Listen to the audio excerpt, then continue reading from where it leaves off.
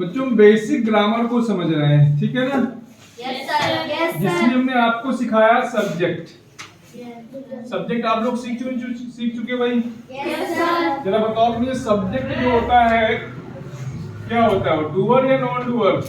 Doer भी होता है, नॉन डूअर तो सब्जेक्ट हमारा डूअर भी होता है और नॉन डूअर भी होता है। नॉन डूअर भी होता नहीं होता भाई? Yes sir.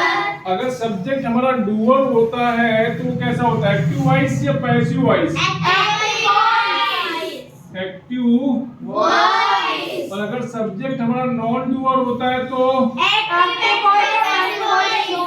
पैसिव वॉइस के चांसेस ज्यादा होते हैं और एक्टिव वॉइस के चांसेस थोड़े कम हो जाते हैं, ठीक है ना बच्चों? Yes sir. तो पैसिव वॉइस मान लो 90% और ये तो 100% आपका एक्टिव वॉइस अगर डूअर सब्जेक्ट होता है तो, ठीक है भाई? क्लियर है ना? अच्छा मैं पूछूं, सब्जेक्ट जो होता है आपका कौन कौन से पार्ट्स ऑफ स्पीच से बनता है? नाउन और क्लियर सभी को? Yes sir. अगर मैं सब्जेक्ट की पहचान करना है तो क्या करोगे? वर्ब से क्वेश्चन करेंगे। किससे क्वेश्चन करेंगे? किसका क्वेश्चन करोगे? हु का। किसका करोगे? तो आंसर लोग क्या कहलाएगा? वो आंसर क्या कहलाता है हमारा? क्लियर है ना सभी? हमने वर्ब जान लिया बच्चों। वर्ब हमारी जो होती है ना, वो एक होती है वो हमारी एक्शन वर्ब और एक होती है हमारी नॉन एक्शन वर्ब।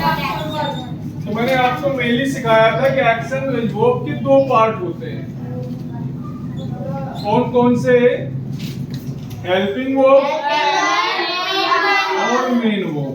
समझा दिया था ना आपको? Yes sir. हम जानेंगे ऑब्जेक्ट। क्या जानेंगे आज? ऑब्जेक्ट क्या होता है हमारा बच्चों? Receiver of action. बोला मत करो, बीच मत बोलो, जो पूछू तब बोला करो, ठीक है? तो ऑब्जेक्ट क्या होता है? Receiver of an action. यानी कि एक्शन को जो रिसीव करता है वो क्या कहलाता है हमारा? ऑब्जेक्ट कहलाता है। क्या कहलाता है हमारा? यहाँ पर सपोज कहते हैं ही ईट्स मैंगो। क्या कहा मैंने? अगर पूछूं यहाँ पर वर्ब क्या बच्चों आपका? यस, तुम क्या बोलते हैं? एक्शन। क्या बोलोगे आप? तो एक्शन क्या हो रहा है यहाँ पर? खाने का। तो क्या खा रहा है? मैंगो।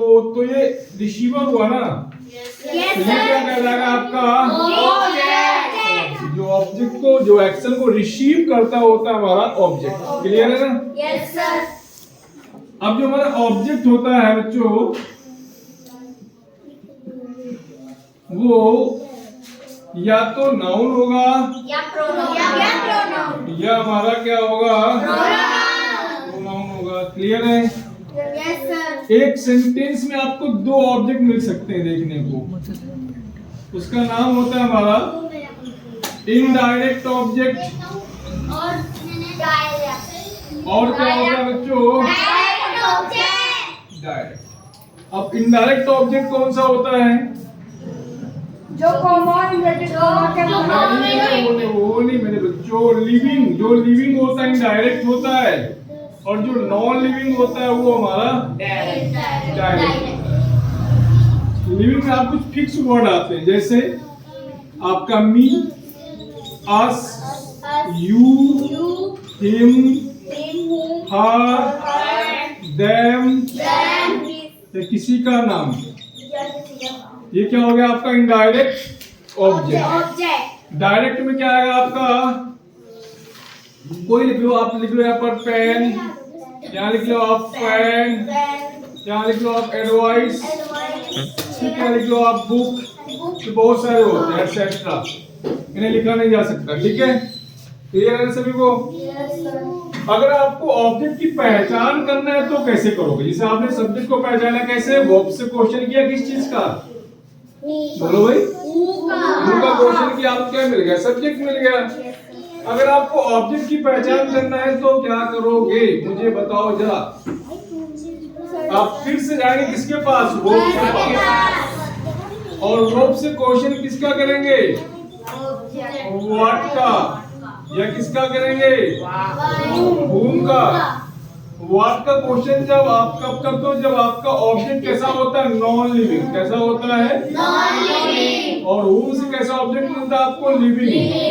कैसा ऑब्जेक्ट मिलता है आपको, हाँ, दो तरह के ऑब्जेक्ट आपको मिलेंगे, एक नॉन लिविंग ऑब्जेक्ट और एक लिविंग ऑब्जेक्ट मिलता है। ठीक है, तो मैंने क्या कहा, आप वर्ब से क्वेश्चन करेंगे किसका, व्हाट का, या किसका करेंगे, जब व्हाट का क्वेश्चन करेंगे तो ऑब्जेक्ट कैसा मिलेगा आपको, और अगर whom का क्वेश्चन करेंगे तो आपको क्या मिलेगा, लिविंग ऑब्जेक्ट।